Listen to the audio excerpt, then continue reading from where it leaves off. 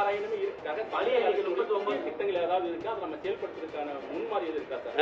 எதிர்காலத்துல தமிழகத்துல விஷ சாராயமே இருக்கக்கூடாது என்பதற்காக அதை முற்றிலுமாக ஒழிக்க தமிழக அரசிடம் இல்ல, எதிர்காலம் இல்ல, இப்பயும் இருக்கக்கூடாதுதான் முதலமைச்சருடைய நோக்கம். அதுதான் அது அடிப்படையில் நடக்குது. இதுவெல்லாம் நடக்கிற சமயம் இன்னும் கொஞ்சம் கடுமையாக முதலமைச்சர் அவர்கள் ஆணை பிறப்பதற்கு வாய்ப்பு இருக்கிறது.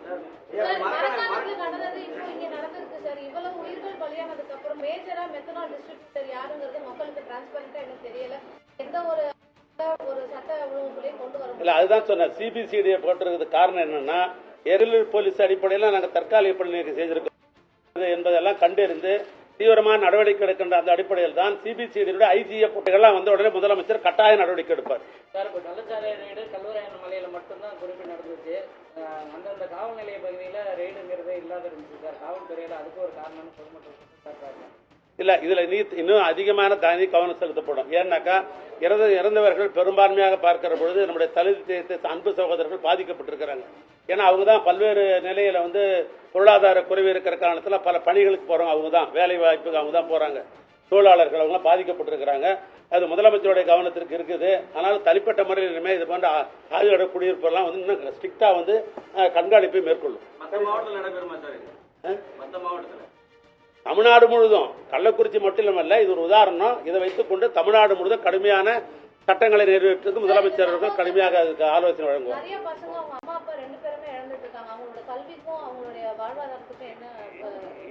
எங்களுடைய அமைச்சர், சிறப்பு செயல் திட்டத்துடைய அமைச்சர், இளைஞர்களுடைய அமைச்சர், விளையாட்டுத்துறை அமைச்சர், அதாவது இளைஞர்களுக்கு நேரடியாக படிக்கிற பிள்ளைகளுக்கு நேரடியாக தொடர்புள்ள அமைச்சர், இப்படிதான் வருகிற பொழுது சில பேர் தன்னுடைய கோரிக்கை எல்லாம் சொன்னாங்க. அது போன்ற பிள்ளைகளுக்கு தகுதி அடிப்படையில் மனுக்களை பிற்காலத்திலே பெற்று, ஏன்னா அந்த மாவட்டத்துறை அமைச்சருங்கிற மாதிரி நான் சொல்றேன், அந்த மனுக்கள் எல்லாம் பெற்று அவரிடத்திலே கொண்டு யாராருக்கு எந்தெந்த வகையில் உதவி செய்ய முடியுமோ அந்த உதவிகளை கட்டாயம் அவர் செய்வார். அரசு சொல்லுது, ஆனா அதை வந்து அதிகாரிகள் தான். அதிகாரிகள் இது வந்து தவறுவிட்டதாக இந்த பிரச்சனை. இது மாதிரி அதிகாரிகள் என்ன மாதிரி எச்சரிக்கிறீங்க? இல்ல, அதிகாரி மேல வந்து பணி நீக்கம் செய்யலாம், நடவடிக்கை ஈடுபட்ட அவர் சொன்னாக்கா தற்கால நேரத்திலிருந்து நிரந்தரமாக அவர் வீட்டுக்கு அனுப்பலாம். இன்னும் மோசமான நிலையில ஏதாவது பொருளாதார மாற்றங்கள் ஏதாவது இருந்தோம்னு சொன்னா கிரிமினல் ஆக்ட்ல அவங்க மேல வந்து வழக்கு தொடரலாம். இது வழக்கினுடைய அடிப்படையை வைத்துக் கொண்டுதான் அரசாங்கம் ஒரு முடிவு எடுக்க முடியும்.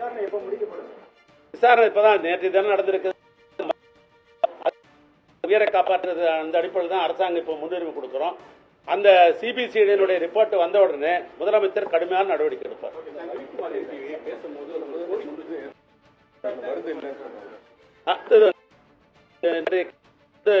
நம்முடைய எதிர்கட்சி தலைவர்கள் இந்த மருத்துவமனையில் வந்து மருந்தே இல்லை அப்படின்னு ஒரு குறிப்பிட்ட மருத்துவர் சொல்லியிருக்கிறார்.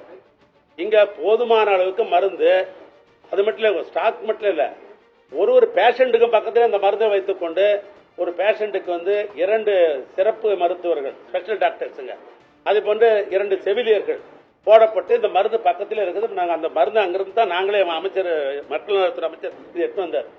ஆக வேண்டும் என்று வேண்டும், இந்த அரசாங்கத்தை மீது குற்றச்சாட்டு சொல்ல வேண்டும் அல்லது குறைய சொல்ல வேண்டும் அடிப்படையில் சொல்லப்பட்டுதான் எல்லா மருந்தும் இருக்குது. உயிர் காப்பாற்றுகிற அனைத்து மருந்துகளும் இங்க மருத்துவமனையில் இருக்கிறது.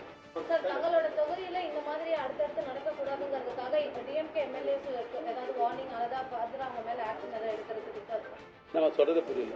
அவங்களோட தொகுதிகளில் கள்ளச்சாராயம் இது போன்ற சம்பவங்கள் நடைபெறாம இருக்கிறத கண்காணிக்க வேண்டிய எம்எல்ஏக்கள் மேல நடவடிக்கை எடுக்கப்படுமா?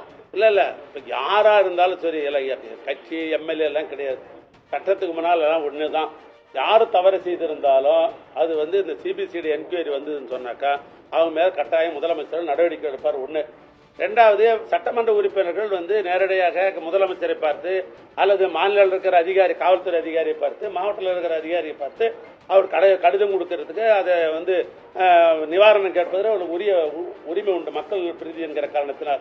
அது மாதிரி கொடுக்கப்பட்டதெல்லாம் கட்டாயம் நாங்கள் வந்து நிவாரணம் செய்து தான் இருக்கிறோம். அந்த குற்றங்களை கலந்து கொண்டு தான் இருக்கிறோம். சட்டப்படி நாங்கள் நடவடிக்கை எடுத்துக் கொண்டு தான் இருக்கிறோம்.